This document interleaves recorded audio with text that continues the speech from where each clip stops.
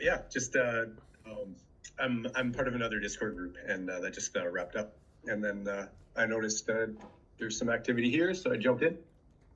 No questions off the bat. Just it kind of seemed like you're looking for some introductions or whatnot. And I'm new here. I just discovered your YouTube channel maybe in the last 2 weeks, and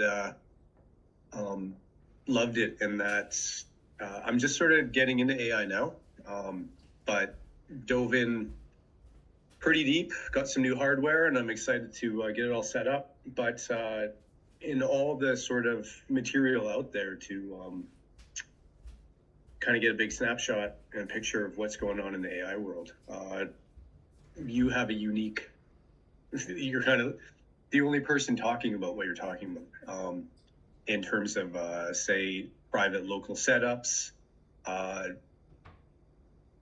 building a partner, or like a partner that's in alignment with you for just a long-term goal, not how do I use AI to generate grocery lists for me and remind me to whatever, like just actually create what you read about in sci-fi fiction and whatnot. And even with all those goals, I find it really beautiful that there's building a better world. Like it's, there's a lot of doom and gloom and airiness about the potentials of AI and what the cage that we're building for ourselves. And if you only think about that, that's probably what's going to happen. But we get creative, and we build alternatives, and that's what will happen. So I really appreciate what you built so far, and the couple combos that I've listened in on the last few days. Some people have brought me to tears with just who they are and what they envision in this, and I know I'm in a good place. So I'm really excited to see how this community grows, and when I get up to speed and know what I'm doing with my own machine, I'm definitely going to try to spread the wisdom and bring others on board and help them out in this new journey we got going on. And so, yeah, I'll leave it at that. Nice to meet you. Thank you. Nice to meet you. I really appreciate what you're saying. And for those that are new, we are building this community in a decentralized way. So it's a DAO, and meaning that each one of us co-own this project. So it's not my project. I'm just the one that started it. And but we together, we co-own and push this community forwards together. And whatever we build, it's owned by us. So we have this ResonantOS that is a co-owned project. It's we discussed yesterday, so I'm not gonna explain today. But we are building our own operation system, let's say, for AI that can plug to Hermes, OpenCode, and whatever other system, but also it's one system that we can trust because it's going to be there. We decide how it should work, and we can customize ourselves as an individual and as a community. Today is the academy. So in the day of the academy is the moment that we learn from each other. We learn together. We learn by doing. So there is never like a day that is inside the academy that is always the same, because we use different strategy to achieve this learning. So today, because it's part of the journey that we're doing, we're going to talk about AI agents. What are the elements that define an agent, and how we can connect those parts together. Now, it's not like there's going to be one of us that is going to explain this, because that would be nice, right? But we're going to do something different. We're going to be divided in groups and work together as a small groups and discuss within that group what is an AI agent. And I'm just gonna give you a few things, okay, out there. Is of course there is a model, there is this LLM, okay, that does the reasoning, let's say. Then of course there is elements like the memory. There are tools that those AI can use, like access the browser, access the terminal, and so on. And therefore there are elements that actually get together to create this AI. So the model, it's one element, but the intelligence is not just inside the model, but is in the architecture, on how the architecture leverage the part. So sometimes it's what is intelligent is a protocol that the AI follow to achieve a goal. So all those elements need to be put together in a way that they make sense, but they also can get better over time for a series of reasons. Okay, get better over time because there is always a starting point, and then your machine needs to improve over time. But also because the model can change over time and get more powerful and can do more tasks and more function and so on. So it needs to improve because the model is become more capable of doing more things. Now there is the idea of we know what is the right way of building it. Okay, we challenge this idea of there is one right way of building something. What we need to think instead, we are in a moment for pioneers, a moment that AI is new, and we are all somehow ignorant because nobody has the experience. Okay, this is not technology that has 50 years of experience. It's is something new that is keep changing. Now it is about the vision, to develop a vision, to develop a sort of instinct on how to navigate this unknown, uncharted water. So it is about developing our human intuition to say, I got the feeling that if I go in that direction, I'm going to discover something important, and therefore I'm going to do it. And the community will support you in that kind of journey. So the first step is to see how we can work together to support this kind of approach.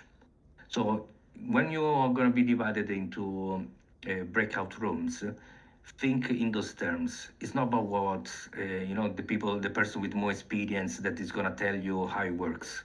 No, it is about discussing together how you feel it should work. So follow your intuition and then see if there is a technology that already works in that way, or you are most of us probably we've been already working with AI for a while, so we are already inside the guardrail that are being imposed by this industry. So most of us will come out with the same architecture that maybe Hermes is using, okay, the Code is using, and so on. But okay, put it down, write it down, okay, as a group, and say this is what we know it works. What is missing? What it is missing that we maybe as a human we have, and it's not being added to this AI, or it's why this model looks like a human while it's not a human. Why it doesn't look like an alien instead? Why we are trying to emulate human abilities within an alien technology? So challenge the status quo, try to see what are the elements. So don't keep it like a sci-fi level only, but bring it into practice.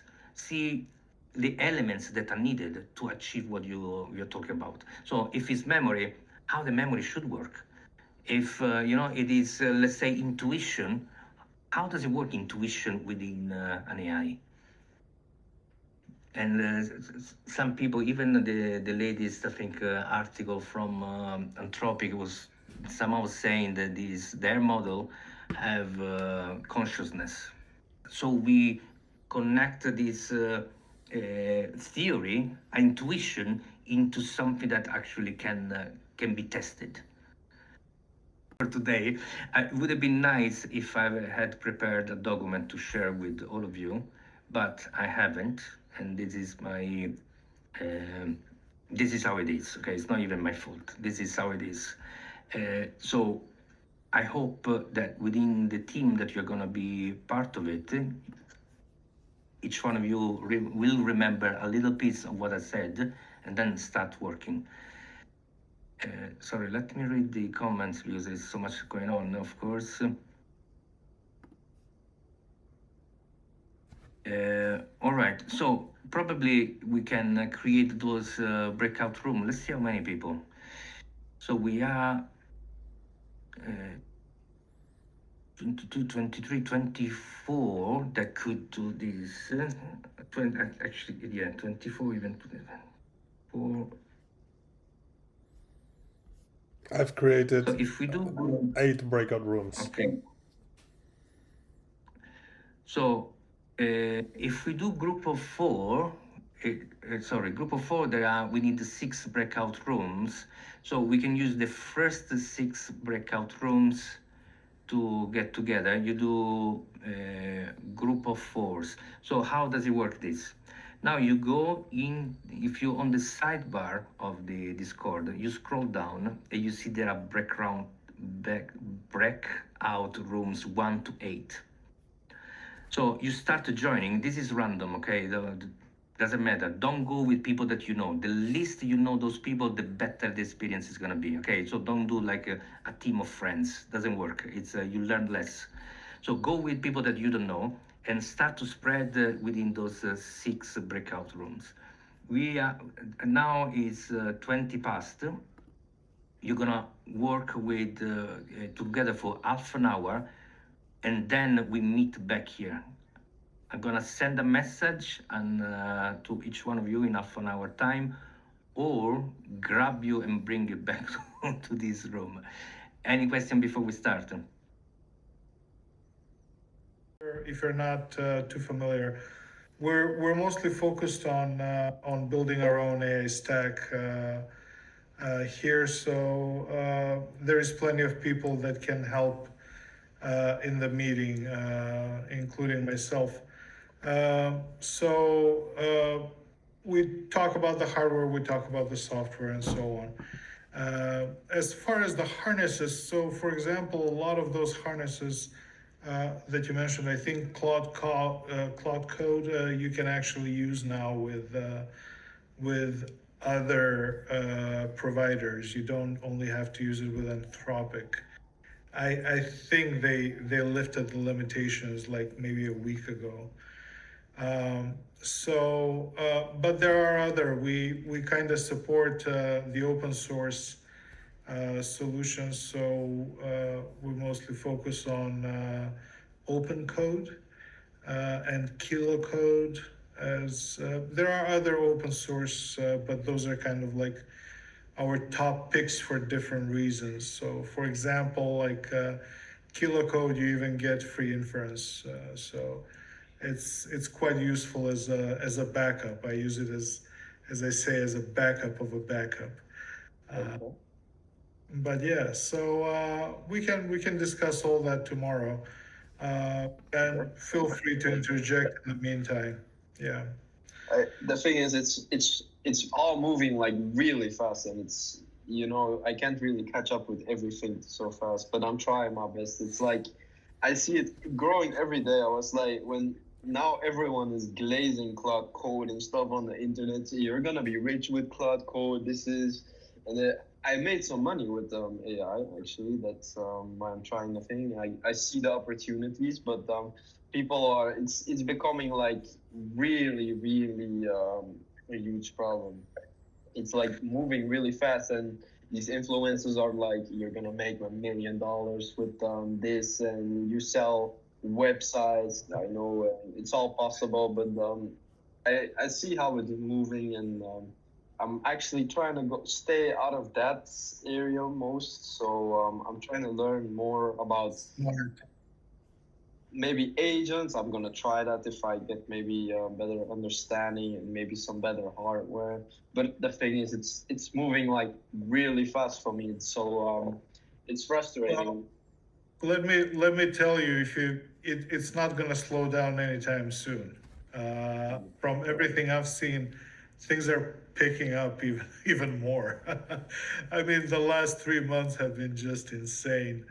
And we thought that the 3 months or 4 months before that were action packed.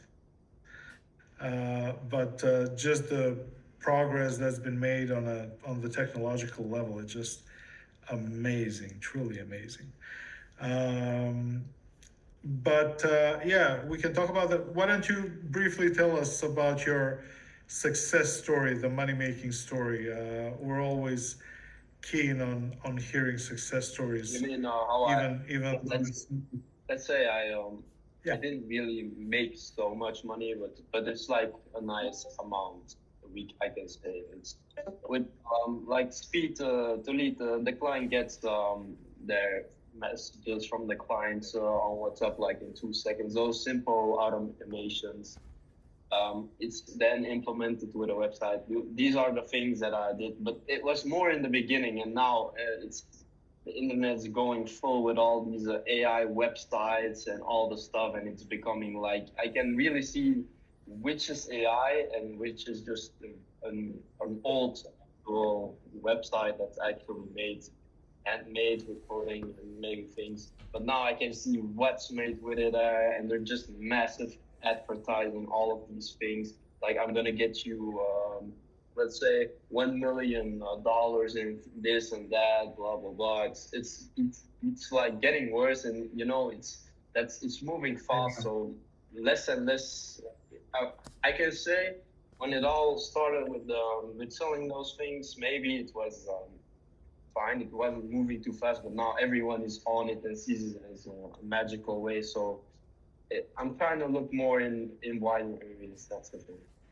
I think like maybe 5,000. You started early. You started early, so you should take advantage of that. We're all doing it for different motivations. You know, for example, for me personally, this group is not only about self-development; it's also about giving. You know, Yes. helping others get situated in this brave new world. And on top of that, we actually have a lot of members who do charity work. So it's quite interesting. We're definitely a very special group of people. I can freely say that. Just a second. But we should probably get back to our topic. Yes. Just one note, Shimo, I think, is Damien one of the regulars? No, right? I don't reckon Damien. Where is Damien? Yeah. In the main room? Breakout 4 is a little bit it's a little bit weak. Damien, So- Dave, Oliver, Victorious, and Vlad. Yeah. Yeah, I can go there. Maybe Yeah. you can call Vlad. No, I'll go there. I'll go in breakout room 4. See you later. All right. Spent a lot of time is creating specifications for everything. So what I do is I have at least 5 layers of planning. I have 2 or 3 layers of explanation of the how the task, the concepts of the task. Then I have the research for this task.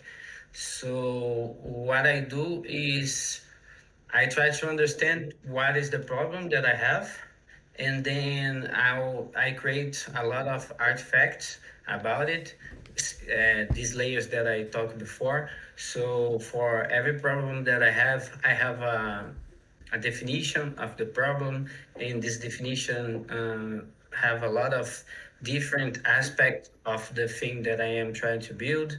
And then from there, and maybe I will need a specific glossary, so because the words can mean different things. And then I would create a design for it. So I would have architecture explanation in different levels too. So high level, low level, data information flow. And then Just one question, because what's the general purpose when you're doing so? Is it, for example, you want to create a tool or program something, and then you are building an architecture with it, or how to create code? Is it this, like, Yeah. or you mean mainly, daily problem? Didn't get this point. It can apply to anything. So you can architect any type of process. So Okay, could you make an example for what you are using it? Just to understand it. Yeah, I use it for code, for research, for example, I can share with you. Let me show an example, and I think it goes directly what Manolo was saying. And what about you were saying of having a guide, companion, agent that can help you doing things. So let me just find here because I am not finding it right now. Yeah, this is a thing that I've been kind of working step by step, and it shows how can. So the idea that I wanted to do with it was like having a way of explaining concepts of software for people that are not from software development. So I would need a guide that I named like the agent that would help me and guide me through this explanation. Then for the user to understand in its own language, and I mean not language in sense of English, Portuguese, Spanish. It's more like a sense, for example, you are a salesperson. So sales have a lot of different vocabulary, expressions, concepts that's inside of sales domain. So the idea is to get these concepts that you already understand and then use it to explain other ideas from software development. And then to make you learn and store your progress in how can I interact, this agent can interact, you need to have the user. So from there, I created this idea. So I thought of this idea, and this first document, it's explaining how it does, and with a little more detail. I then have an example of how it's done. And then from there, I would do this process. So if we go here, we will see inside of, I have a research here that I made, and how can I would do this. I ask it for to search in the web how I could use academic research about teaching and passing different types of context. And then if we go here, we'll see that we have another artifact that explain how could I design this. So, I need a ledger, I need a vocabulary map, a master glossary. And then I would try to develop a lot of these things that is needed for, and you just need to ask and explore with any chat, an agent chat, and they will give you the answers.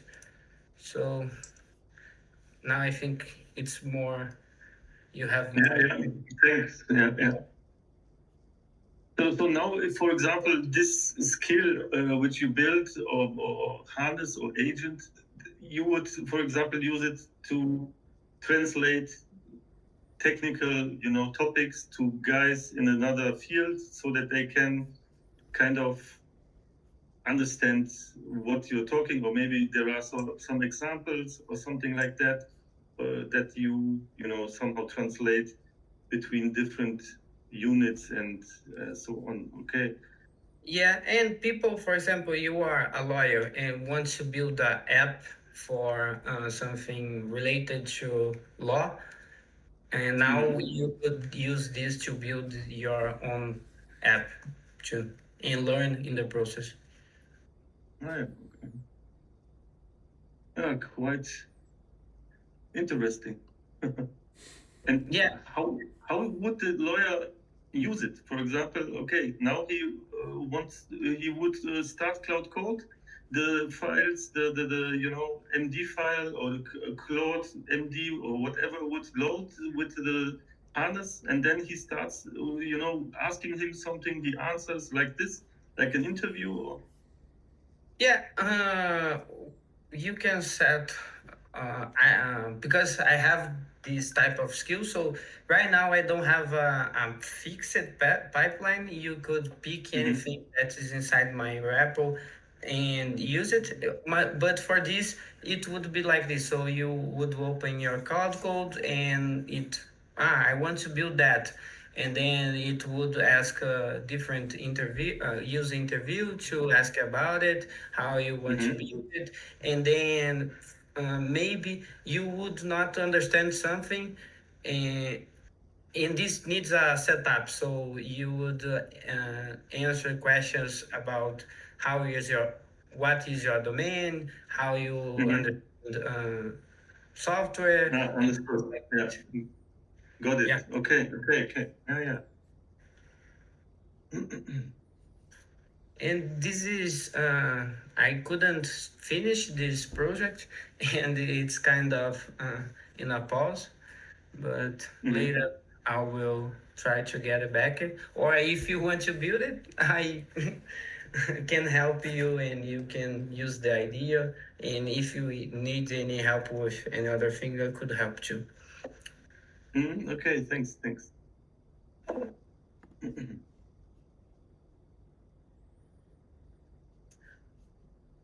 Anyhow, you guys usually work on something like this, because it seems that what I'm doing is really different. I don't know. Yeah, I work similar topics on, or, for example, my approach is also to use Cloud Code, for example, to interview guys or myself when I want to build something, to kind of grill me for text or requirements definition of software or architecture, and this way get all requirements done and kind of in a manner how a real architect would approach development of software, and this way I'm able to get it so right and so complete that at the end I start Cloud Code in the auto mode. It's running about whatever 1 hour in loops, and then at the end, I would say 90% of the tool is built, and then you can start testing whatever. So I'm doing kind of the same approach for a little different outcome, but it's really working really well. But the problem, or not the problem, I think Cloud Code is so powerful, or atrophic models, to do this way with open or the local models. This is nearly not happening, right? Yeah, exactly. You would have to have a more guided approach, because I never. Pipeline,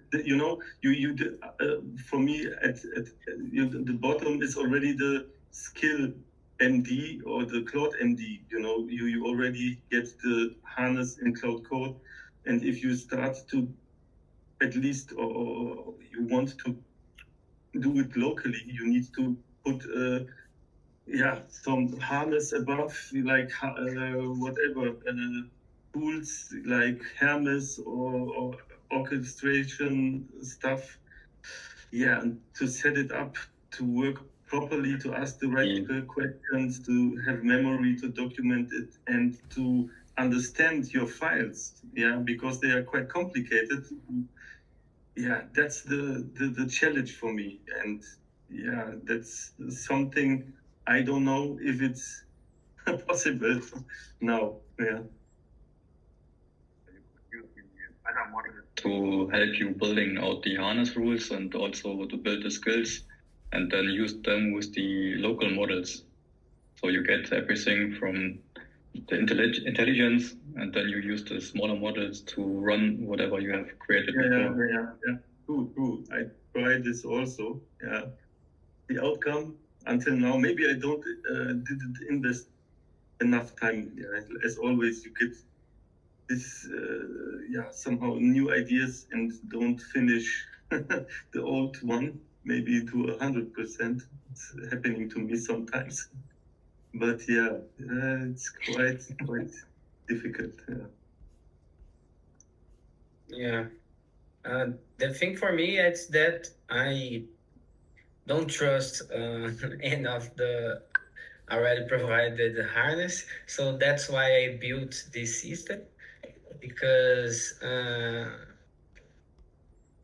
have this thing of, if wasn't me that I built it, or if I know it really well, I can trust it.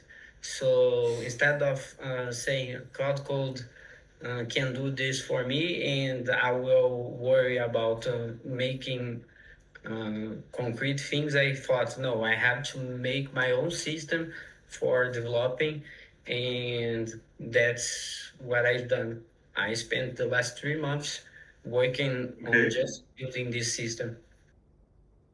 That works like a harness. Yeah, it's a harness. Interesting. Yeah, and I think you have this as a repo on GitHub somehow. So so we could. Okay. It's called. I didn't send. I will send it on the chat. Yeah, it would be interesting to have a look at it and to just try to learn from it, because Yeah, there is a lot of there.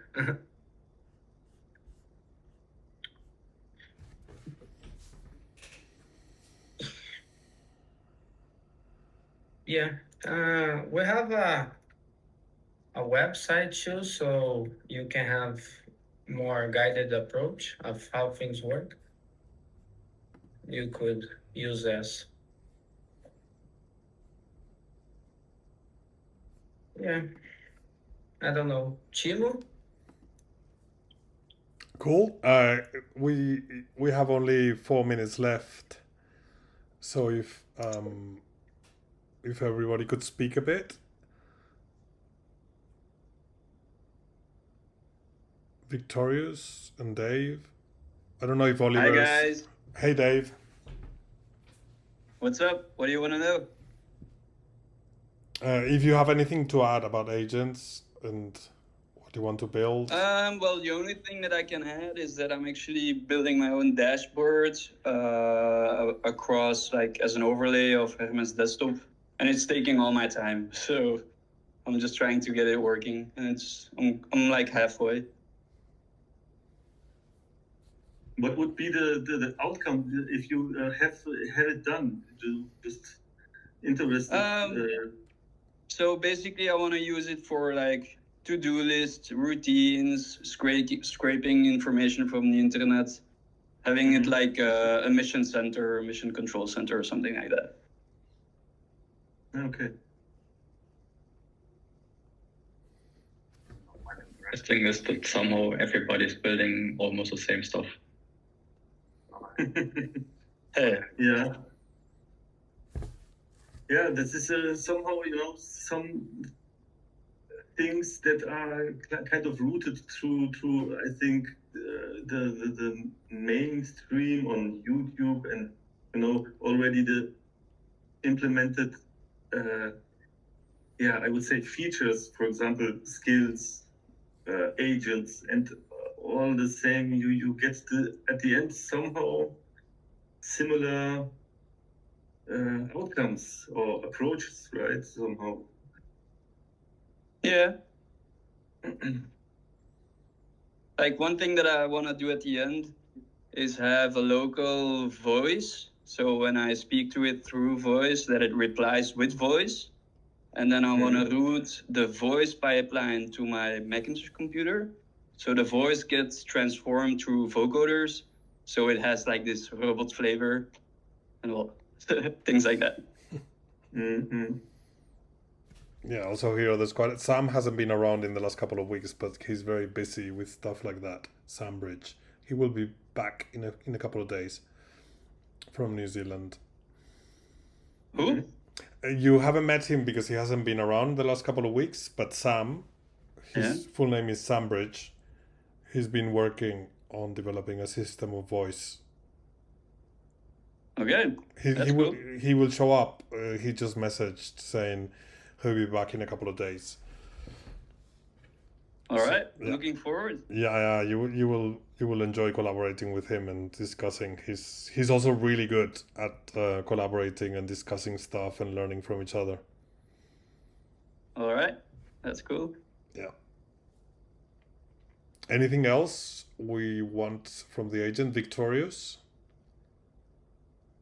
I know you're at work, so maybe you can't talk.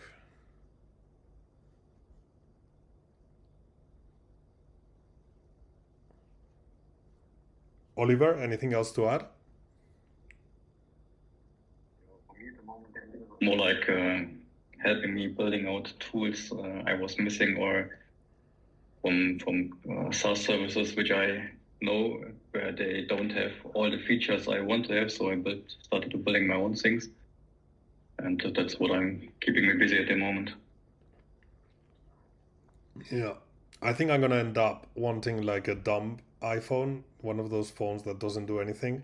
I'm gonna want in the end a super basic AI that just works at the most clean, minimal way, and I can have my own version that I use for very simple tasks and also for very deep discussions. That's all I want. From this guy, University. Sorry? Jarvis computer from the Marvel movie. I can't remember. Want to have something like this. Yeah. Cool. So I think it's time. We've been here for half an hour. If you don't have anything else to add, we go back to the stage. Anything else, Vlad, to add? At the end of the academy, you will have your agent just discuss things. Yeah, my silent agent I want. Yeah. Cool. Did you mention your session, Vlad? The one you're starting? No, I did. Yeah. Well, maybe you mention it in the main room later. Yeah. Yeah. Cool. Okay. So, 2 minutes, says Manolo. Well, 2 more minutes. Any other movie references? Oliver, did you find that movie? Which one it is? Man.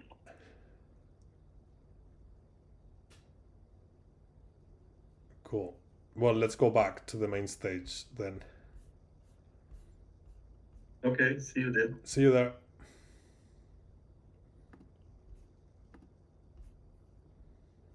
Is working. Maybe you could present I'll it to do the a demo. community.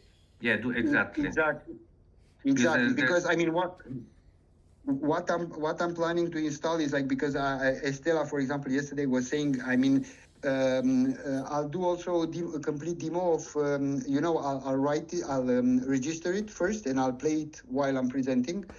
regarding how to install, for example, on a Windows server, an Ubuntu server, and from there, how you can go in SSH, write all the commands, and from there create your interface and do everything and host your model there. Because it can be helpful for some other people, because I mean I don't think that everyone has 40,000. Sorry to interrupt you. I'm bringing back manually.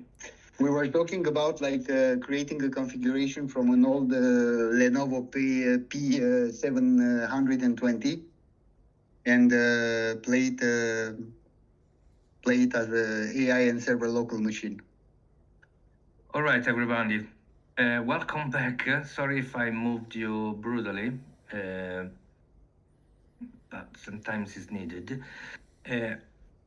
Now we did this first part. Okay, so you work in team. We are supposed to be 4, but you weren't. Most of you. I saw a team of 8 people at one point, but hopefully it was productive. What I'd like you to do to if there is one representative for each team to present like in a sort of pitch, like 2-3 minutes, present your idea, what is out there. I see Vlad. No, what's going on?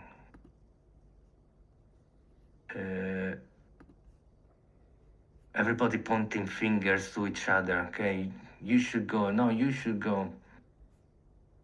So, okay, Vlad, you're on the stage. You go ahead. You can start. Yeah, so my idea it was for creating an agent that can translate language from software development to any other domain. So any person, for example, a salesperson, someone that works on retail, could develop its own app, its own software by this guide helping the person understand software development concepts in sales or retail language. So yeah, that's one of ideas that I have. You are muted, Manolo. Thank you. So if that was the idea, did you bridge it to a sort of architecture? Yeah, I already have a lot of designed. I just couldn't execute it. But yeah, I have like a development package. I can show you guys really quick if you want. Yeah, you have 3 minutes per presentation, so 2 more minutes. Hey. Go ahead. I can share here. I send on the chat and okay. I don't know. Yeah, so yeah. Anyone? All right. Thank you. Thank you, Vlad. So no, I got one more question. Did the team come out with something that you were not expecting, an idea or something? You can be honest. There's no. Yeah, I don't know. I think the conversation gone towards more having a harness that you can trust, memory, and things like this. I am bad at remember things, but not that specific.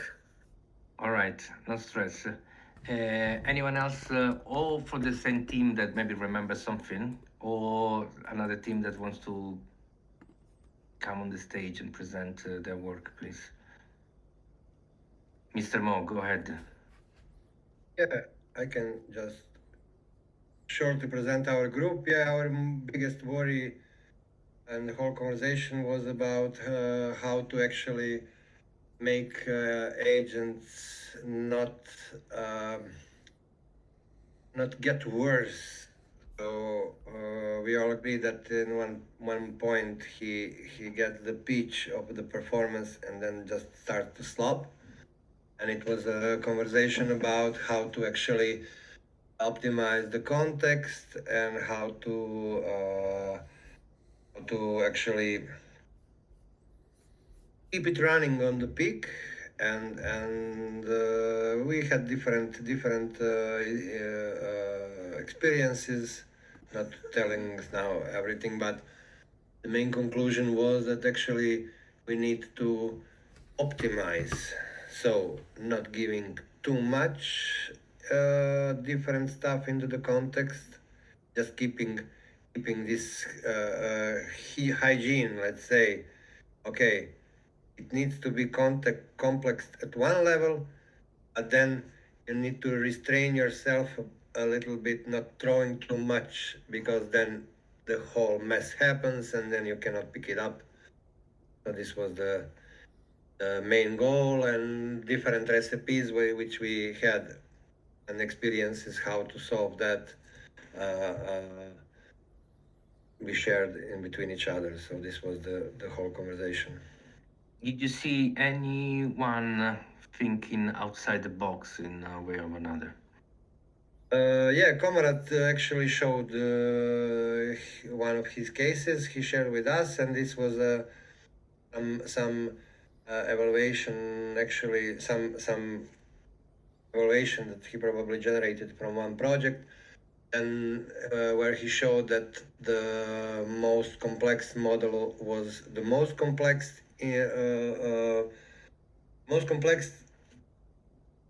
context that was built was worse than the plain model by itself.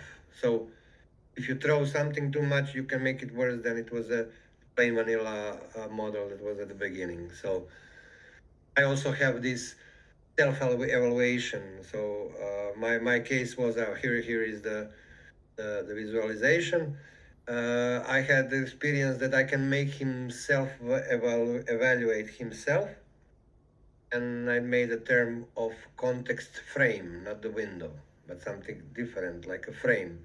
So frame can fall apart, and then everything goes just garbage. But you can ask him for time to time how we are standing with the frame, and then he can self-evaluate, and then and he puts even criteria for himself, and then mostly the elegance criteria goes bad. Elegance mean okay, you threw out too much, but if he makes a resume at the end of a conversation, since the end of conversation is most important, then he can fix himself. So this is also one approach, that you can just push him to keep fixing himself. If you remember, and if you see, okay, he's slopping a little bit, how is our frame falling apart? Yeah, it's critical. Can you fix it? Then he fix it by itself. You can go on. This is one trick that I use. I don't remember. Yeah, there was some probably other stuff. Thank you. Chris, go ahead. So our group, well, we actually had a lot of new members, so we actually made rounds introducing each other, for the new members to introduce themselves in the group. We had Al-Kir, who already introduced himself before. We also had, let me see. Okay, I can. Louis. So the interesting thing is we discussed about agents, and specifically Al-Kidr had a good story about orchestration, but orchestration in the context of having agents to aid in the decision process, with, of course, different personalities, interests, and so on.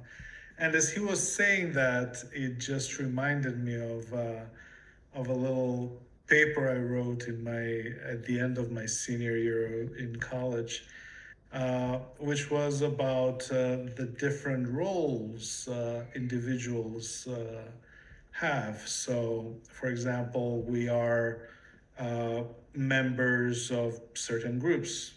I was a member of my generation. I was also a member of my of the economists at university. I was I was a member of my family. I was a son, I was a grandson, I was a brother, and so on.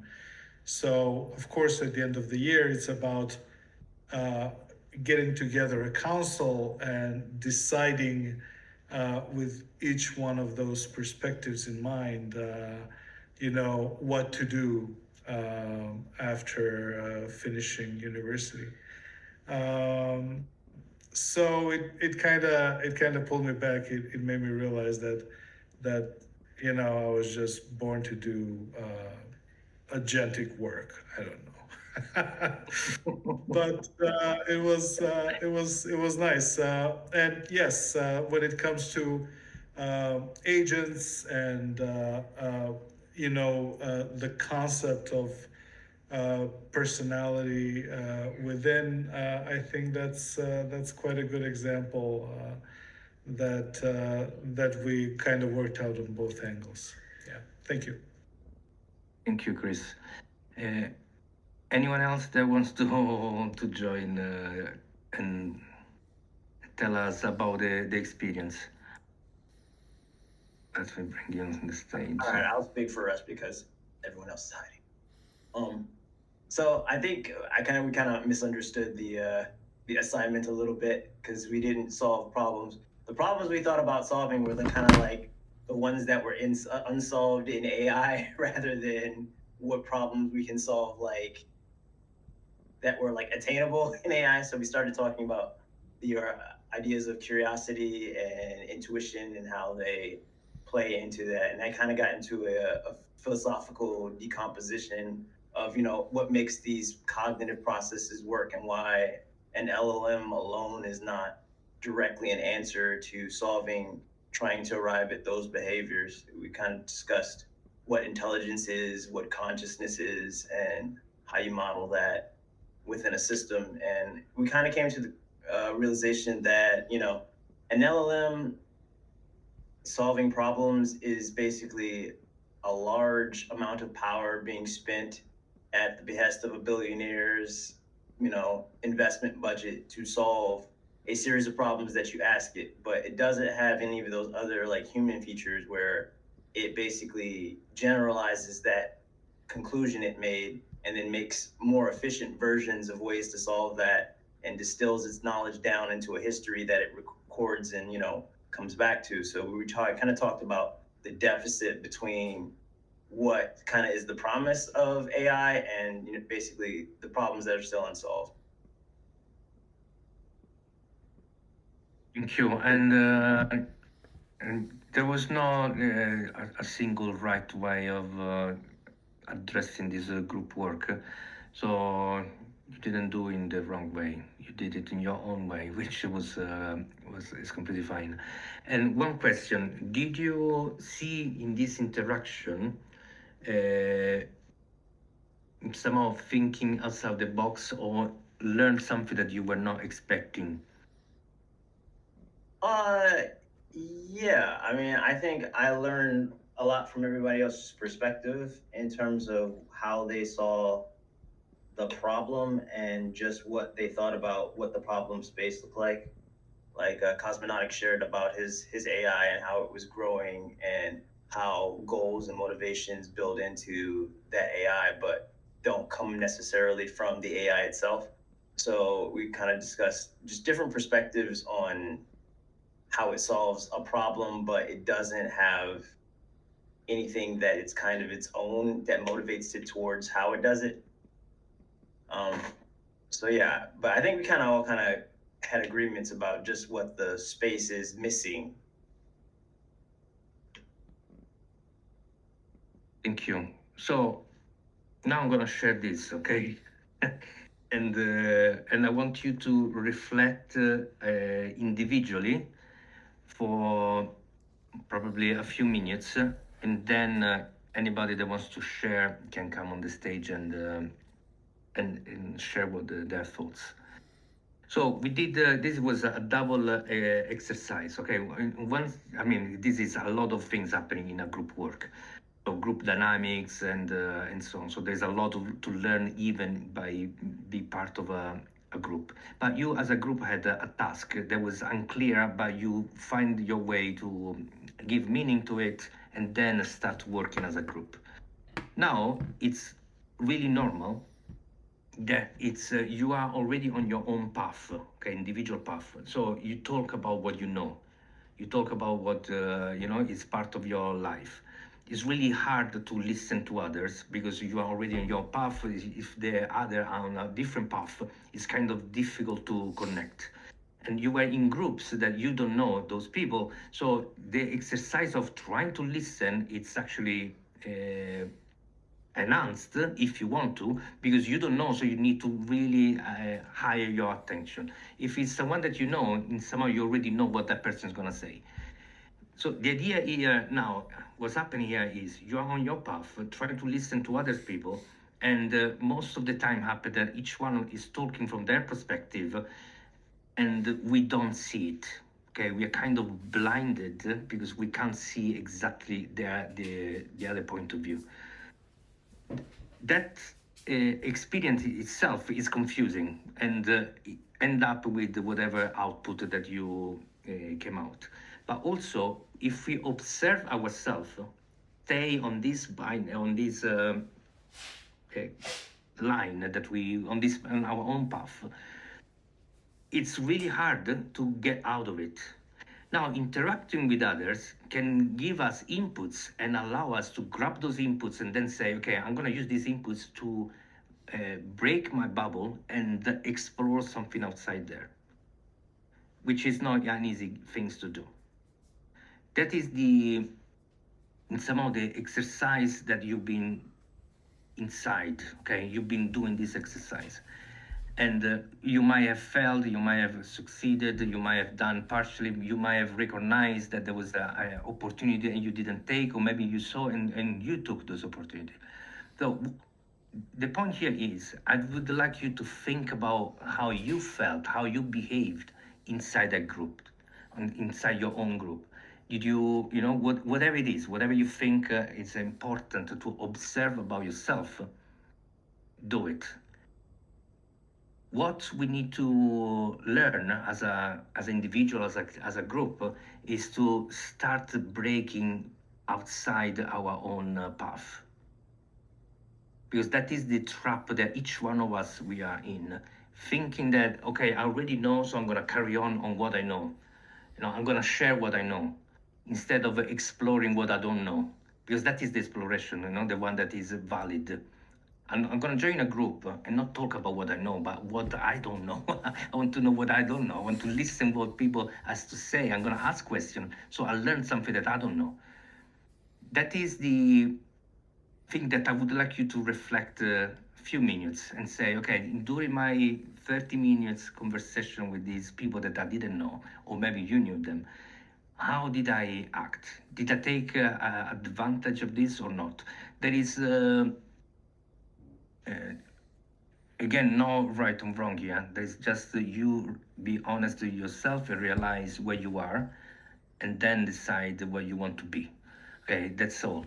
So that is the exercise that we can do now in a few minutes, and then if any one of you want to share what they realize about themselves, so we can all learn, will be amazing. So I'm going to turn off my camera, and we have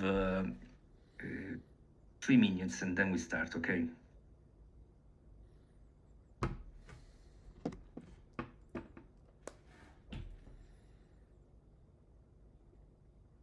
So, what I was thinking as I was listening to the other people was that, okay, so this was Manolo explaining what we should do after we were in breakout rooms discussing.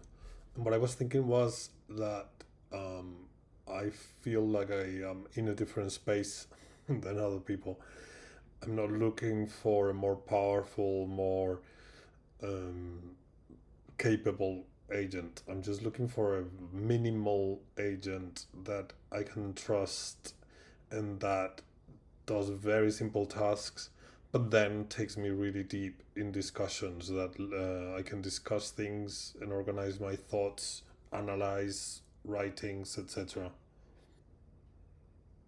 All right. Um, anyone wants to? Actually, Victor, you're already here. So if you don't mind, I mean, if you want to start, it would be nice. Okay. I noticed my interactions. So I would say something that I do is I always tend to fill in space. I think I have, I don't know, a value system that over overvalues efficiency. So sometimes when no one is talking or no one is saying something or does like what we're there for, I kind of try to motivate it when I really should just shut up and let people find the amount of time it takes for them to feel comfortable to speak. But sometimes I just want to have things start. So I would say that's something that I do that I probably could do less of. Thank you. I noticed this when we started when COVID started, you know, and people start working online, and there is those rooms that sometimes there is silence, and you think like, you know, I need to entertain. This is my room. I need to hold it together. In reality, we need to accept that silence is part of the moment needed to think. So silence is good. It's fine. One thing that helps is keeping the camera on so we can see each other there, because what we don't see is that person there thinking, or is that person just you know, sleeping or doing something else, play video games. So that is the problem sometimes, but totally agree with this, and thanks for sharing. Anyone else, please raise your hand, and let's learn from each other.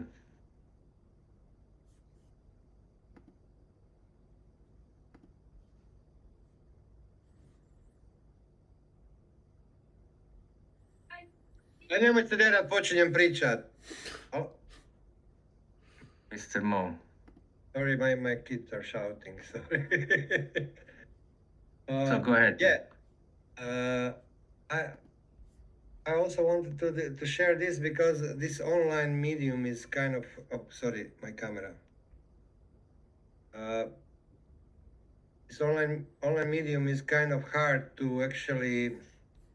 You don't get all the communication that you actually get live. You know, you don't get the mimics. You don't get this whole feeling, and then. I'm getting used, and it's hard to accept, but some things you cannot communicate through this medium. You know, there is this wish we would love to share, and then but it is not actually possible. And then maybe also to adapt to the medium and be aware what kind of things you can go to explain and sorry to interrupt. So now you're talking about the medium, but the question was about yourself. So talk about you. About I'm getting aware that some things which I want to explain maybe takes me, and and then I take maybe some too much time, and I see, okay, the message was not sent. You know, when I do it live, I see it goes much better. So we also, that's what I want to say, that we have to be aware of the medium and don't try to do too much, because some things are not possible to communicate through it, and this is my thing that I'm kind of trying to learn. Okay, don't try to tell so much. It's not the medium through which you can push so much, because it's missing, you know, especially if we don't see each other both, and the mimics is not the whole, because the wording is only, I don't know, 7% of messaging. More, it's clear. I want to just give more space to others as well. So it's I can't remember now, was Camarad or Camarad Kirk. How do you say? Sorry. You're muted. Oh, I can't hear you.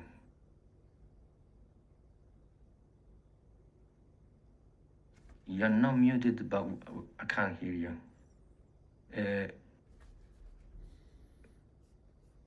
Sometimes it's about getting out of the room and then back in. While you're doing this, maybe. Yeah, I'll chime in. Yeah, thank you. Yeah, it's kind of interesting. I don't know if this is you do this all the time in these kind of exercises where here's your goal, but actually when we return, it was it was another mission that I was actually looking to see. But anyways, it's interesting, and I really appreciate this. So yeah, in my reflection and where you articulated that we tend to have a bias on our own path, and without sometimes, I guess, even knowing it, if you don't have the awareness, you're excluding anybody else's path and input. And thus this exercise is to sort of shake that. So this is quite interesting, and I like this. And in doing this, I think there was a really good example that took place in the chat that we had. And sort of for context was at the start of all this, a few people, myself included, was just like, hey, we're new to AI. There's so much to learn. It's moving so fast. Uncertain if we can even catch up. And then let's go into a room and let's talk about agents, okay? So now we did this. And as we were all sort of one at a time going through, and Chris, who was leading this conversation, was like, okay, what interests you about this? What comes to mind? What do you want to talk about? And one of the members started speaking about quantum computing and where that's going to go and what it could lead and whatnot. Then it came to my turn. And my bias, my personal path had nothing to do with quantum computing. And even more so, I sort of to myself questioned, I would love to talk about that, but that's not in the lane of this small meeting. So this is now my behavior of what took place. And in my way, I feel like I do this respectfully. And I would sort of just comment on the list of what I did. So when someone, puts out their perspective, I acknowledge it. I don't just jump into, this is what I want to talk about. I kind of summarize, what that was. I briefly articulated what they had said so that they knew, or at least I'm allowing them to see, did I quite understand what you were saying, and confirm that I got it right. Then I give my take on what they said. And typically it's, if I was interested in it, then I'd build upon it. Or if I thought, that's a dead end, then I don't build upon it and I move on. And in this case, didn't want to pursue that avenue of thought. But with that said, when I do that, it's not discussion closed, moving on. I invite other people the opportunity to advocate the position. Like perhaps I didn't quite understand it, or no, like just you're not seeing what I'm saying. This is why we got to explore it more. And I'm always open to being challenged. Like just great, like fill me in. I didn't quite see the relevance of why we were talking to that. Inspire me, build upon it. And sometimes by my summary of what they had said and why I think we shouldn't build upon it, sometimes for their sake, they're like, oh yeah, you know what, I was just kind of daydreaming and it really wasn't going to go anywhere. Regardless of this example that I'm using, I'm just trying to make it fit in what we're doing now. Shining a light on it in the way you said it, that yes, like we do have our own biases, and that could, I'm presuming in the long run of this project that's being put before us, that will slow us down if we all are trapped in our own biases. And the potential of just, and I also suspect the type of people that are going to be attracted to this community, everybody has genius to contribute here. And it might not make sense first time around or whatnot, but just be open to it, and amazing things will happen. And at the very least, even if you're not going to be open to it, be respectful of what it is that doesn't interest you or you don't understand. And I'll conclude that. That was my takeaway. Thank you. I really appreciate what you said. I remember who's next. Camera, does it work, your microphone now?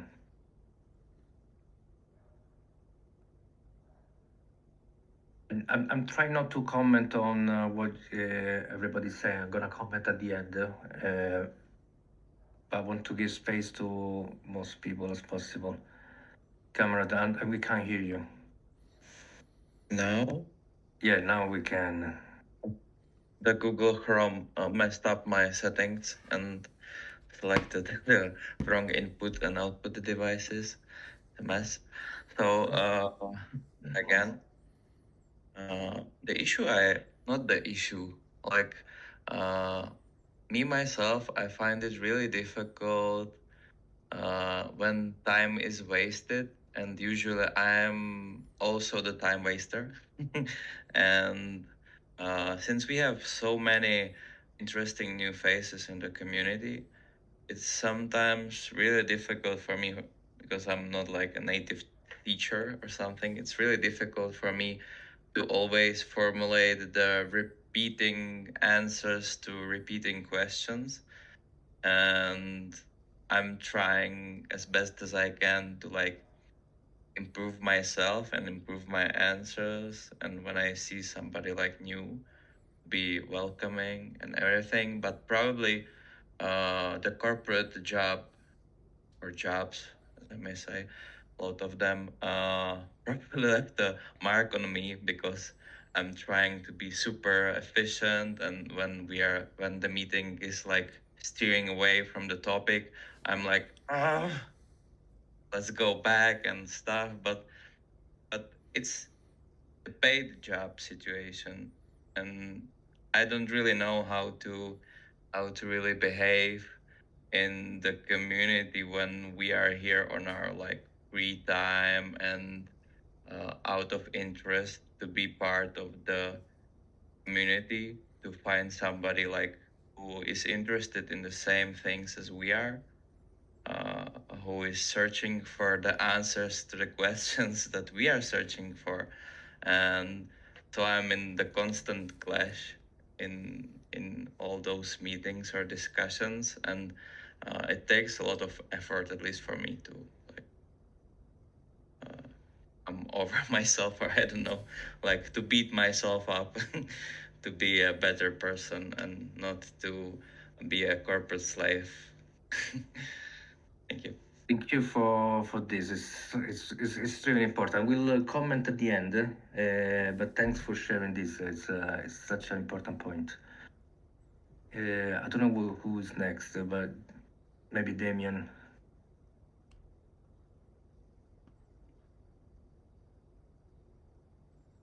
Oh, I hope my camera works now. It's loading. It's loading. Doesn't work. Okay. Took me about 1 million token on Fable to make it run. It still doesn't work. Okay, but yeah, nevertheless. Thanks for trying. Okay, so yeah, it was a quite interesting question to reflect on that. And yeah, for me, it was like,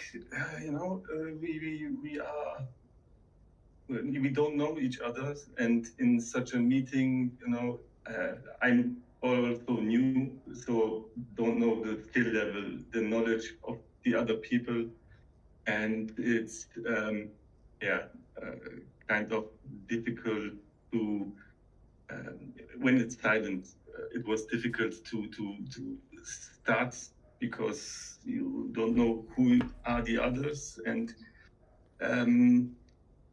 what are they thinking, what are they, what are their approach, how skilled they are. Maybe, I'm talking about very low level stuff, and they are far away and thinking like, okay, what is he doing here? Yes, okay.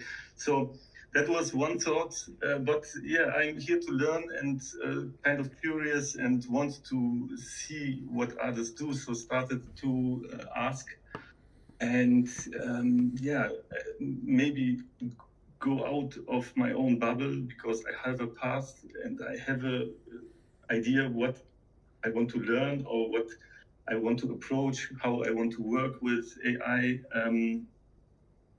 So we started this way, and each and everyone talked, and I saw, like, reflecting on myself, it's somehow happening that when someone talks about his topics, we are all in the same ecosystem. So you talk always about skills, rack, harnesses. So it's not that easy to think out of the box. It's really happening that we are all somehow doing the same. And also when someone else is talking, I'm directly connecting this information to my experience and my path again, when we are talking about skills or approaches, harnesses, or whatever. So it's really, really difficult to think out of the box. So to find something new and interesting, I would say, because we are all in kind of same boat, and that is what I'm thought in general.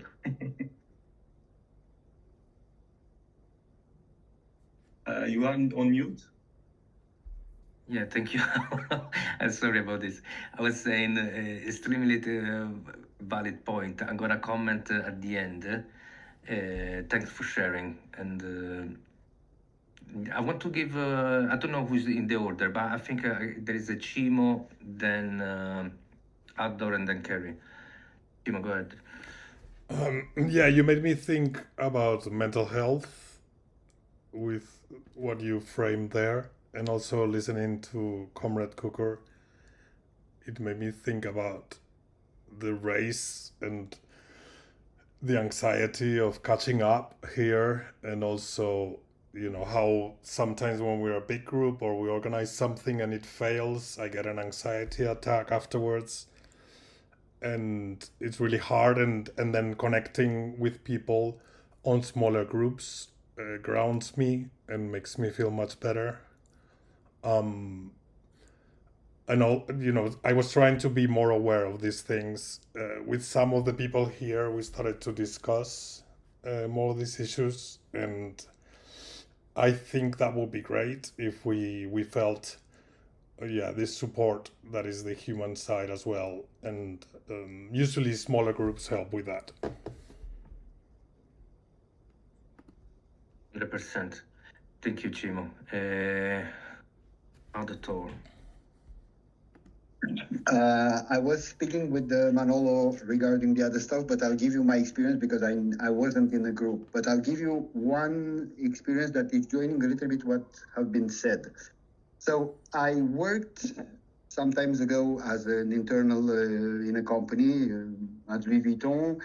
Afterwards, I worked in another company also as with internal contract in Breitling, and the last one was at Richmond. So I was into not interrupting people, even though they are saying like nonsenses and whatsoever. And what bring me, it was at the beginning frustration. So I said, okay, it's fine. Don't worry. He's saying nonsense and that's all. But afterwards, at a certain point of time, I didn't realize, and regarding the anxiety or whatsoever, I'm a very open-minded, sunny person, so I don't get any anxiety, I don't get any stuff, and even though I'm in the worst kind of scenarios, I'm also thinking to a solution, not to the fact that I will be dying and I'm not going that tragic.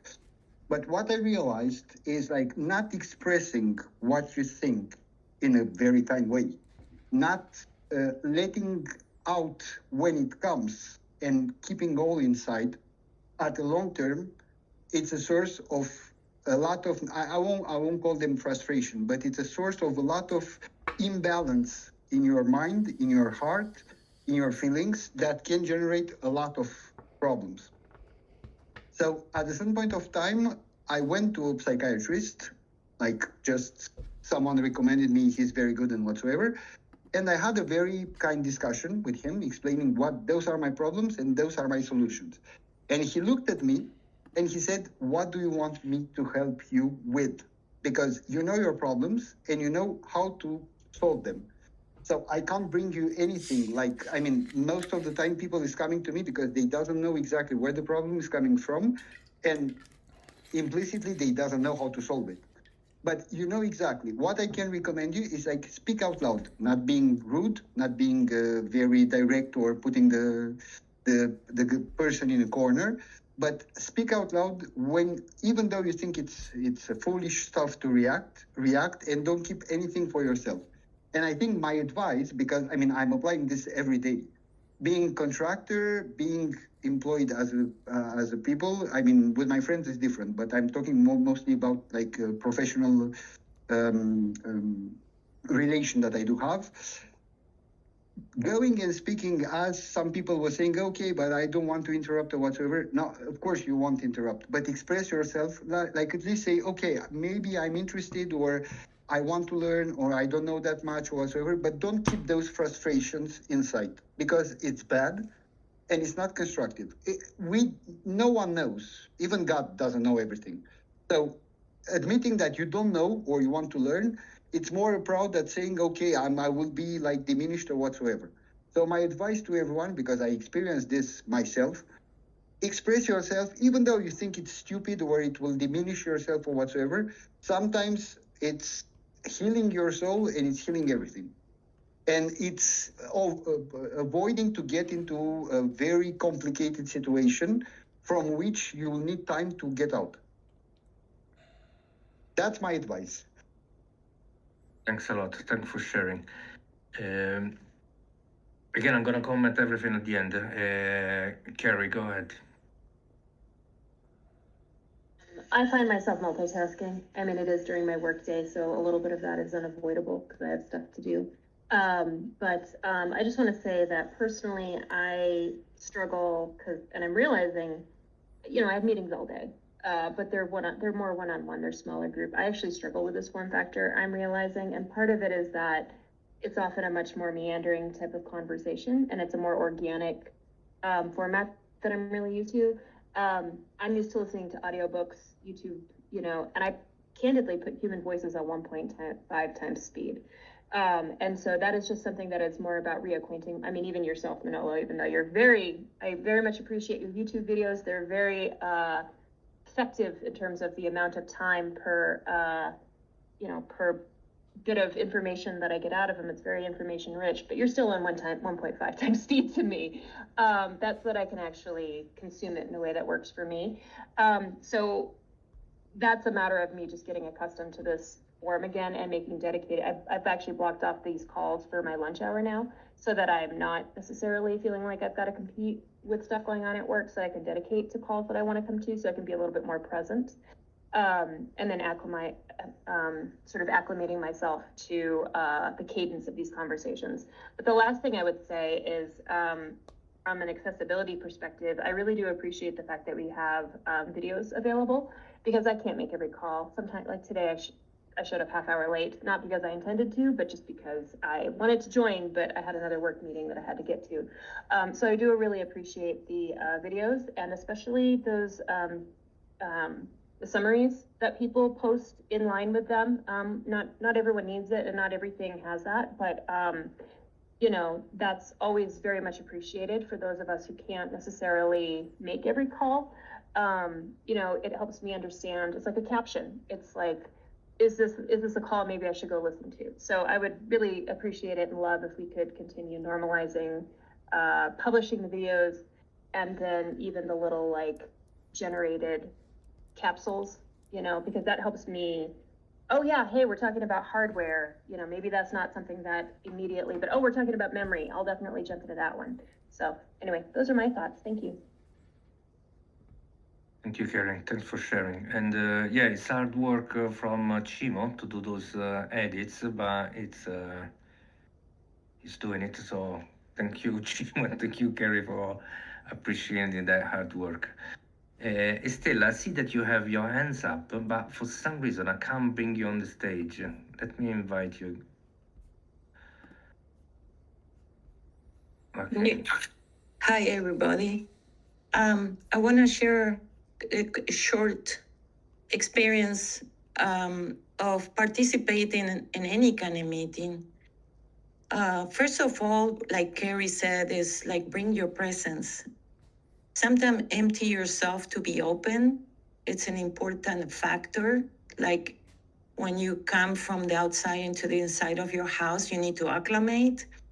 And bringing yourself into that presence of who you are,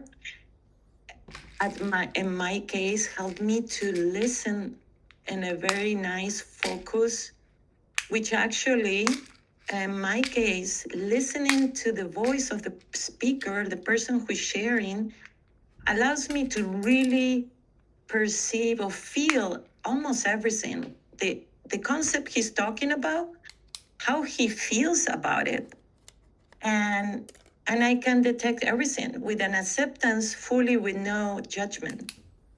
And this took me time to develop this neutral openness with acceptance that it can bring me peace, like I am present, I'm respecting the person. It doesn't matter if he was efficient in the speaking or not, because I learned almost everything has something. And my brain works actually like the agent. Sometimes someone said a phrase and I listen, and then I am 2 days thinking on that. It comes back in my head. And spontaneous information arrives and related to that, which I say, wow, this is weird, but it's like following a trail, like a treasure hunt for information. It keeps working in my brain for a couple of days until I figured it out and I understand. So, and the other one is that I was able to get away from the bias judging, like if the friction of something, a voice or a comment or an organized conversation, by repositioning myself instead to be in front of the mirror and feel the friction and close myself and go into frustration. I reposition myself with my presence on the sides, like saying, okay, I'm in diagonal 45 degrees from the speaker, but I'm present. I'm not confronting. And it helps me to bring back that allowance and peace, without going into the mind. It's just going back into my balance. So I just want to share that only. Thank you. Thank you, Estelle. And you remind us why we need you. Okay, because you have always this interesting perspective and reminds, that there are different ways of approaching a problem or a reality. And this the thing that you said about listening also what the people is feeling while he's talking is kind of create a three-dimensional perspective. So it's not just the meaning, what is that person is saying, but also the emotional state that happening within the moment. It's really interesting. Thank you for sharing, and thank you for reminding us about this and the strategy of being instead of in front of a stay on 40 degree on the angle. It's I want to add something important, and we didn't click on this one. If AI is mirroring with the way the context go into AI, we don't realize we have this context in the presence. And when I am aware of I'm an Italian, so I can be very tough or very kind. I'm the two extremes. I have to really work on my, because I'm so sensitive, I can be a fire stop, okay? And so that brings, instead to look outside, I look into myself and how I can shift those waves of impulsive behavior, okay? And I'm being honest. So that's where it's important, because when you experience that peace and coherence of the present and attention, and information comes through the intuition channel, not from the logical rational that is the box and the corporate training, you are opening yourself to the knowledge that you is within you. And this is very important, because the memory, how the agents and the AI use, we have it too, which is the conscious and the subconscious mind. And when I said that for 2 or 3 days, my brain keeps working on the background and I'm not using my front lobe, like saying, hey, solve this problem. No, it's in the background. And it pops like a popcorn, like saying, oh, look at this. And then I look at it. But I'm not anxious tracing the answer. My position is like the guy in the ocean, in the boat, and you have a sail, and you need to feel the wind. And that wind is the one that takes you to the answer. That comes with that process internal. It's you in full emotion of yourself, not, how you call it, not blocking yourself who you are. Don't judge yourself. Allow to all these come out, because you are a field of a universe of incredible amount of information that you don't recall, but when you need it, pops. Sorry if I came too strong. But No, thank you. And interesting what you say about the Italian people, because I'm Italian. So, but yeah, thank you. And now I got a list of things that I wrote down while everybody was commenting. So I'm gonna try to remember. One thing that I remember about Gary was saying about watching my video at 1.5, and I think that is the minimum, because I would go even faster personally. And another thing, I believe I totally agree with you. I wish I could do differently in the amount of noise to signal.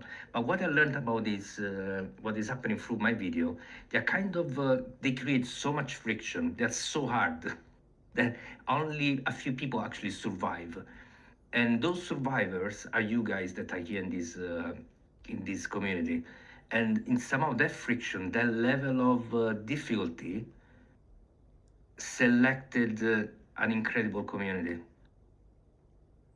Just something to think about. So it's a side effect,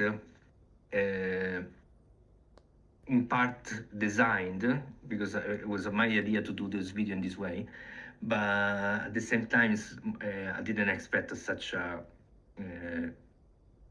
The quality of this community is incredible, so I was not expecting something like this to work so well, or you to be so strong to go through so much friction and come back alive. Then there was something, I think it was Ador talking about the balance. 100%, but I want to also in somehow challenge this idea of balance. Okay, I'm a person that I emotionally imbalance. Okay, that is a good thing about me, but that is, I think, allows us to live a happy life. But at the same time, I really look for unbalance, because in that unbalanced moment I can be more creative. When there is things are not stable, there is so much that you need to do to, maybe to keep things moving, or stabilize them. So when I remember this, and I didn't think I would tell you this story, because it's from when I was really little, like, I don't know, I think 8 years old or something like this. I came out with this idea. Okay, so this is a pen. So if a pen is laid down, is in a stable position, Okay, and then if you put it on the side, it's unstable. As soon as I leave it, it's gonna drop. When I was little, I was thinking, okay, so in this unstable position, you can create instability, you build. And I know that is crazy, but for me, it's just carry on coming back to my life. If you want to build instability, but if you want to create this level of instability that allows you to be more creative. So I throw this there, then you think about, but to me it makes sense. And then there was this comment about fear to fail. This was Chimo. So I totally understand. Okay, nobody wants to fail, and there is always this risk. Even this call itself could be, could be a failure. So everything could be a failure. My approach here is this: let's see failure not something that we can fear, but we can learn from on one side, and therefore there is no fear, but appreciation of failure. Okay, I failed, therefore I learned. Or we as a community, we felt something, so we learned something. Therefore, we shouldn't avoid the risky environment, but we should embrace them because it's an incredible occasion to learn. Says that it is stressful. Okay, so find the right balance so you don't get overstressed. So embrace this potential fear. We should embrace as a community and with each other. Okay, celebrate if in somehow we fail. Then there is this little bit about this idea of fear. Fear is something that I explained yesterday. Okay, I had the fear to make the community go through a negative experience. I had the fears that you wouldn't survive or enjoy. So the fear create lack of trust. And that was the mistake that I explained yesterday. So for those that were present, that makes sense what I'm saying. For those that are not, I can't explain now, it's too long. So the fear is connected to lack of trust. So we need to instead trust each other, and therefore we fear less, even fear less to fail, because we trust each other that we go back together and we work together and we learn something as a group. Then there was a comrade that said something about the knowledge can be a limit. Sorry, this is me saying this actually, and it was saying that it's trying to show knowledge or something. I can't remember now, but my perspective is this one. Okay, sometimes when we know too much, we also know the limits of things, and therefore we try to optimize, and that is connected to your time wasted versus efficiency. And we are pushed towards this idea of being more efficient. And again, when I was little, I had this idea of that wasted time is the best time. Okay, it's the moment that you start wasting it, and somehow you go into this environment where there is opportunity to do something different. And I did this experience in London where I went to this event called Art Jam. Okay, it's a jam session for artists, and it was completely madness. You would go in this room, there would be dancer, painter, musician, music instrument everywhere, and people doing crazy stuff and so on. Completely unstructured, people doing the most insane thing, painting. You end up painting on someone else's body, and people play music. Everything was happening, everything. The opposite of efficient, the opposite of creating one thing. Okay? We were not creating anything, we were expressing art. That was amazing. One of my best experiences I did was inside those events. Total freedom of wasting time, basically, but as a group, as a collective, and be creative together without the goal to achieve anything. That was the beauty. There's nothing to achieve. It's only to be creative. Okay, that is an amazing environment to be. So thanks a lot for everybody to do this self-observation process. I hope that we all learn something. I think it's a good way that to learn. I do it on a daily basis personally. I do those think aloud sessions where I think and express and connect with myself, from ideas to emotion to experience and so on. So if you don't do it, try to do more often, because there's so much to learn from ourselves. There's so much meaning in us if we listen, if you're willing to listen and connect with ourselves. So by doing so, we create also this balance that Andor was talking about. Andor, you joined again the room, so go ahead. Yeah, I was just to precise something, because it's completely the opposite of balance. I mean, what I was saying is like, to give an example, being that abrupt into my reactions, but remaining polite and saying, for example, this idea doesn't work, or it's nonsense, or whatsoever. It's completely being disruptive, because I'm not anymore going into what is the way of speaking in that company, and I'm completely opposite. So I'm the one, the black sheep that is coming into that meeting, and it's daring to say to someone else, that it's even a director or whatsoever. I mean, it's higher in rank as you, that what you are saying, it's not correct and is not good. And to be very honest, this is very disruptive, because normally you don't dare to say this in a meeting where you have 25 people around the table. But this is how, in a way, me myself, I'm finding the balance, being in balance into the context. You know what I mean? Because I mean, just to precise a little bit the context, in the high-end luxury industry, it's a privilege to be there, even though you work in informatics, which I'm not designer whatsoever, but everyone thinks that it's heaven. So they are behind everything and whatsoever.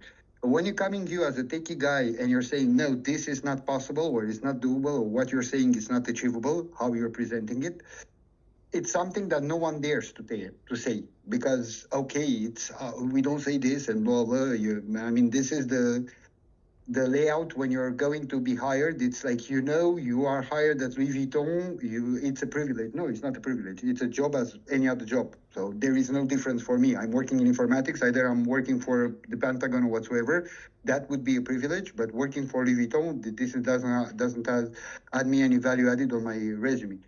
But what I was about to say is, like, to not create the imbalance inside with the frustration, I'm starting to be imbalanced in a way that it's the context. It's normally you don't dare to say this, and I'm being also disruptive, because I mean, you're the only guy, the pain in the ass, that is coming in the meeting, and everyone knows. I mean, to be very honest, since I started to work like 6 months after, in 2012 at Louis Vuitton, everyone was calling me Miranda, and that name followed me years and years and years after. Even today in my job, everyone calls me Miranda, because I'm the person that is coming to be very picky and is coming to start and say the things out loud and very straightforward, without putting velvet gloves and having all those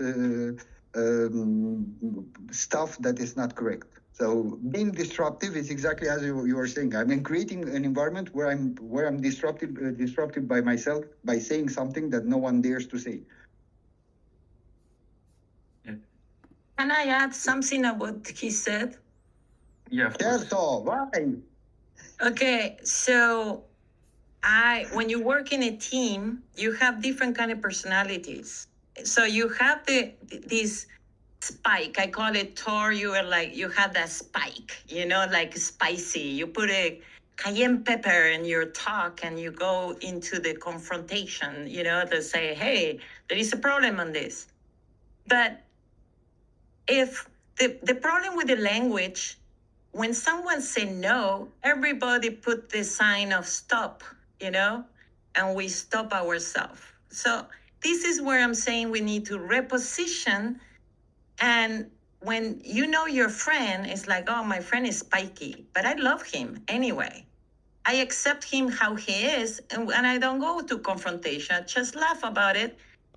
And if a person takes a process until we start to see in each other the good things, the gift of life, I call it, that every input is a good thing, even if it's a no, we say yes, or a possible this. But if we start to identify with openness to capture what is important, because in a design process, you get these stones or rocks and the process, and you don't know what to do. But an old idea that someone, kill it, but it is possible later on in the process, it's possible. So what I'm saying is all the information is to be taken and no feel bad about, sometimes we can have a spike of the bias of the character, but if we all know we are in this process of change and to find ourselves to flow, everything is allowed. The most important is we communicate with good words, no, and not confront, but allow that the other person lose it, lose it up, and in a good sense, like be yourself, be authentic, and then you reposition yourself. But we all know that we are in that process to become authentic. Authentic is freedom. It's it's not allowed that behavior from the corporate or someone told you need to be this efficient and perfect. No, we don't need to be perfect. We need to be authentic. Authentic who you are, what you feel in this moment, what you want to say, how we can take that information if it's valid, or we put it on the side and it say, remember what Todd said 2 meetings ago? This applies to this one.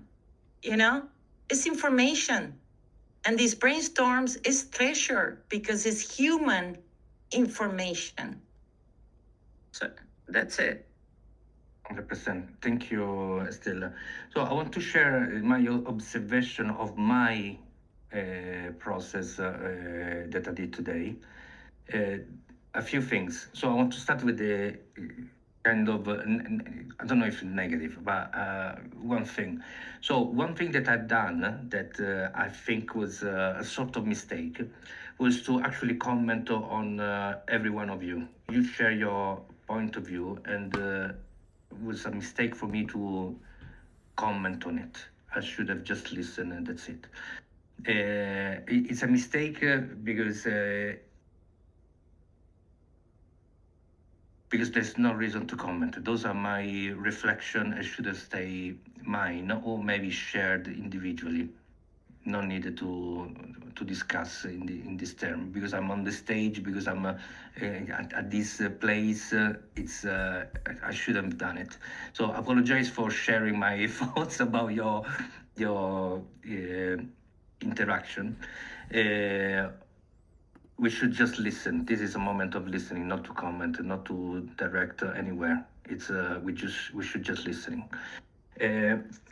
So I apologize for this. Then another thing that I want to share is about today's process, because maybe there is connected with things that we've been said today.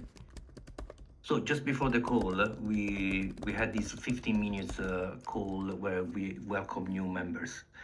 And because there were no new members, we started discussing what shall we do at today's call, okay, because we were not ready. And Chimo was told me today, maybe I got something, but then I told Chimo, look, actually there is Tom that has an idea. I mean, that maybe he's gonna do something else.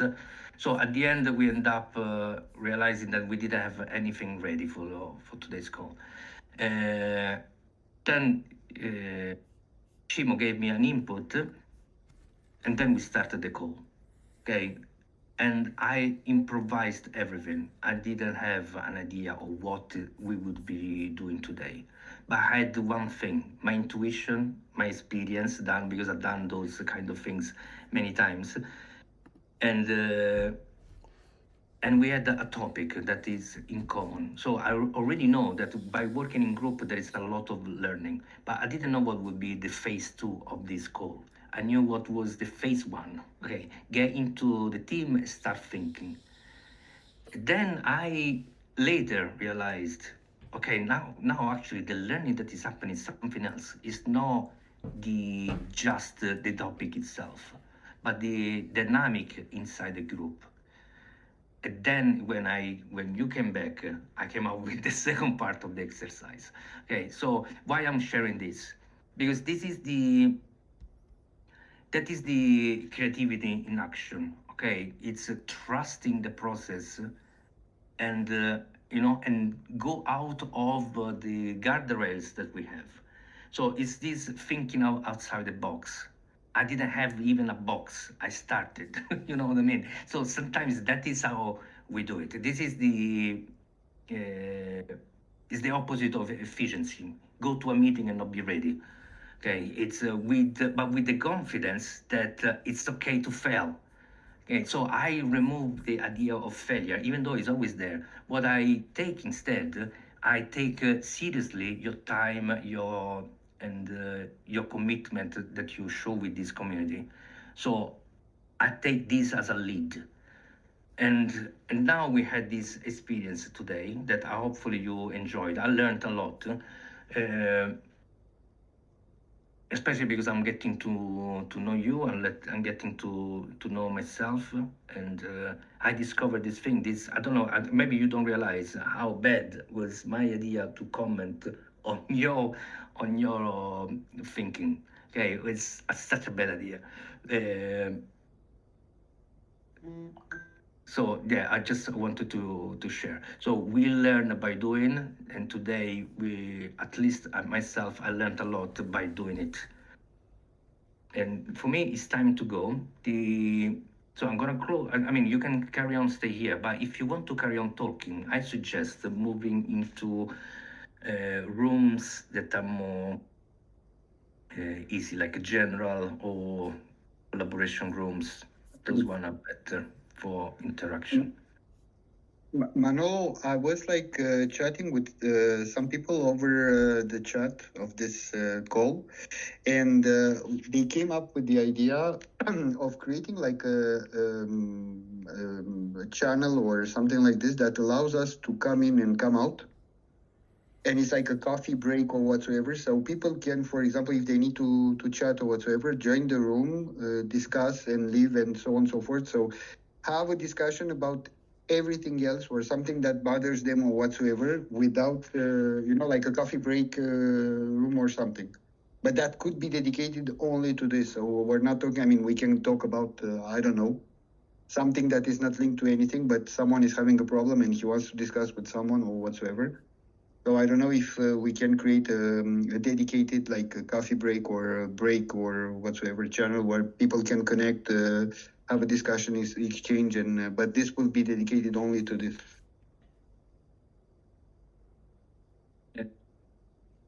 Sorry, for some my fault. Okay, maybe I'm not totally understood, but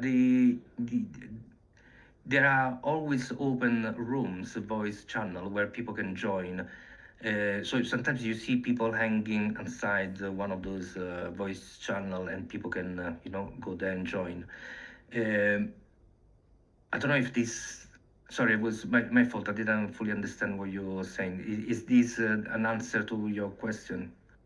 If it was a question, sorry, I just got lost. Yeah, there are channels. There are channels, but you need it.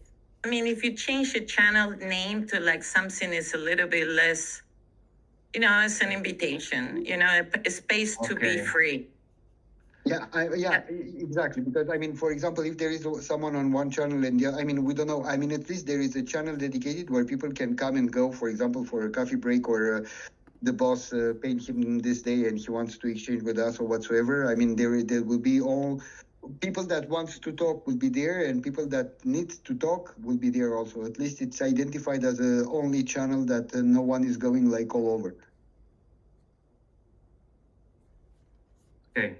I rename one of the channel coffee break. Save. Now we have it. Put it as a break because some people is not drinking coffee. So. I know it's. I don't drink coffee. But it's at least we have something. Then we can get better over time. Thank you for this tip. Thanks a lot. I want to remind today's academy, and Tor would talk one day was talking about the Windows and the Linux, and then we have the hardware, and I don't know if it's good to see who is interested to start from scratch, and maybe a group of people we can create like step by step with the organization of the videos, what is existing we can incorporate to create a outline for someone new. I don't know, it's an idea, but yes, can I suggest something? On one point of my life, I was 23 years old. Okay, there was this opportunity to teach inside the Conservatoire of Bari and Benevento, and they asked. Hopefully, this is not going to be recorded, but it's recorded, so it's okay. So they were looking for this teacher.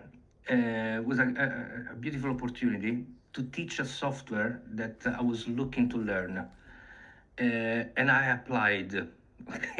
I applied to teach something that I didn't know. I applied to teach this software exactly, basically teaching the course that I would love to go and learn from. But I applied as a teacher, and then I studied like insane, and I learned, and then I went there to teach the thing that I wanted to learn. At the moment that I was starting teaching, I was getting better and better at learning that thing. So if you want to learn something, Estella, maybe you should run the course yourself. So if it's about AI, agentic AI, if it's about installing Linux, teach us how it's done.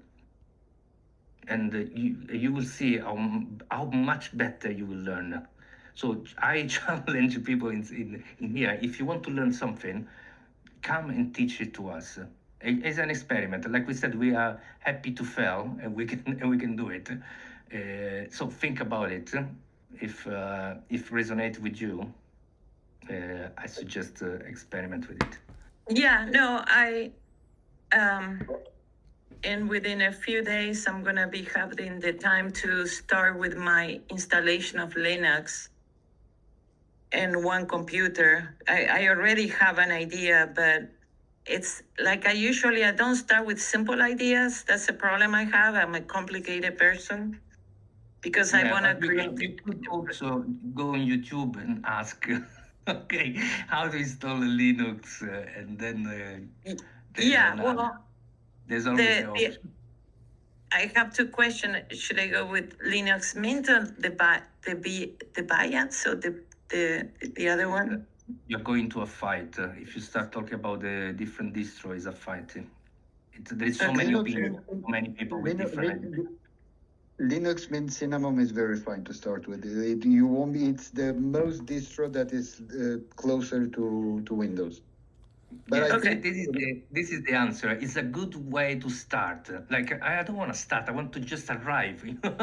Instead of it's a starting point. Then you need to change, which is no, it's okay. This is and I'm gonna ask questions. It's a good starting point.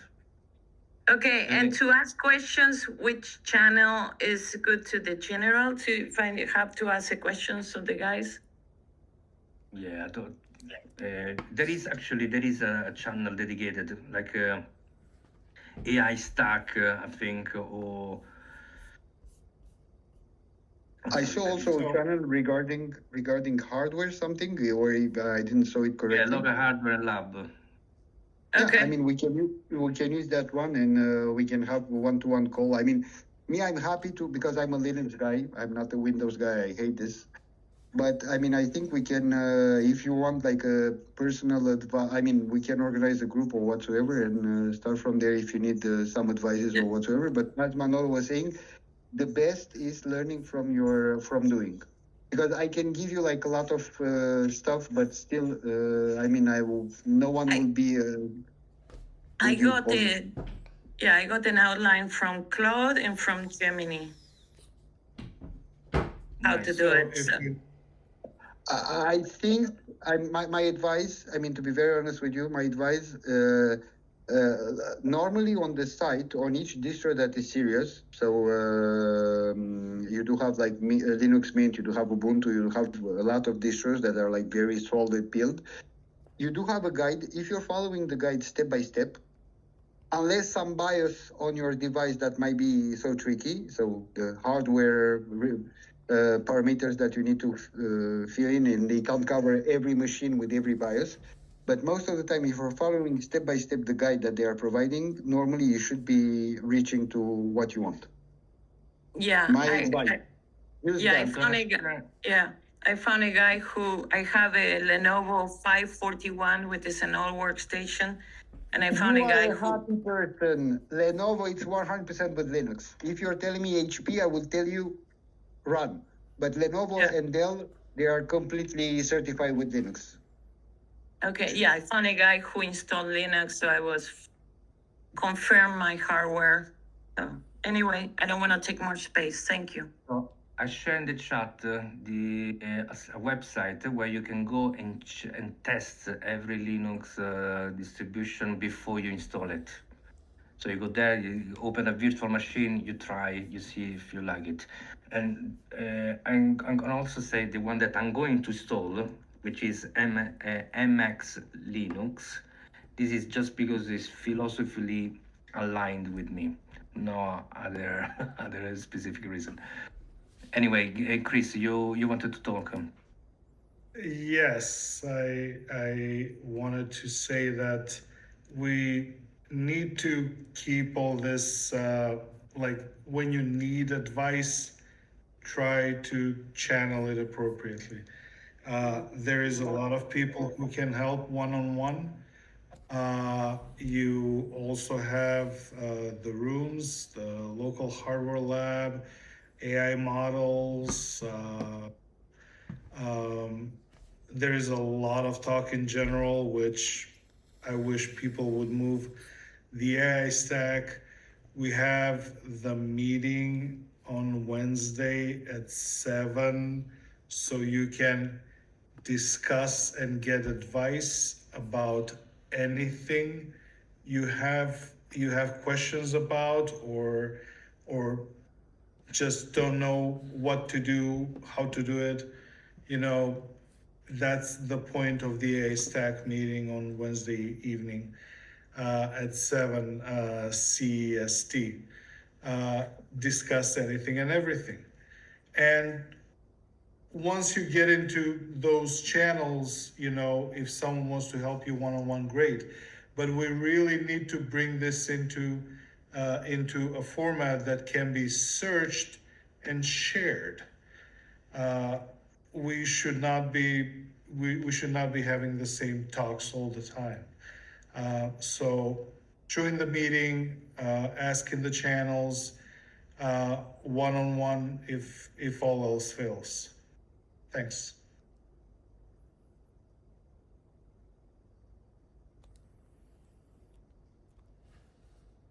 Thank you. Yes. Remember, all the calls are in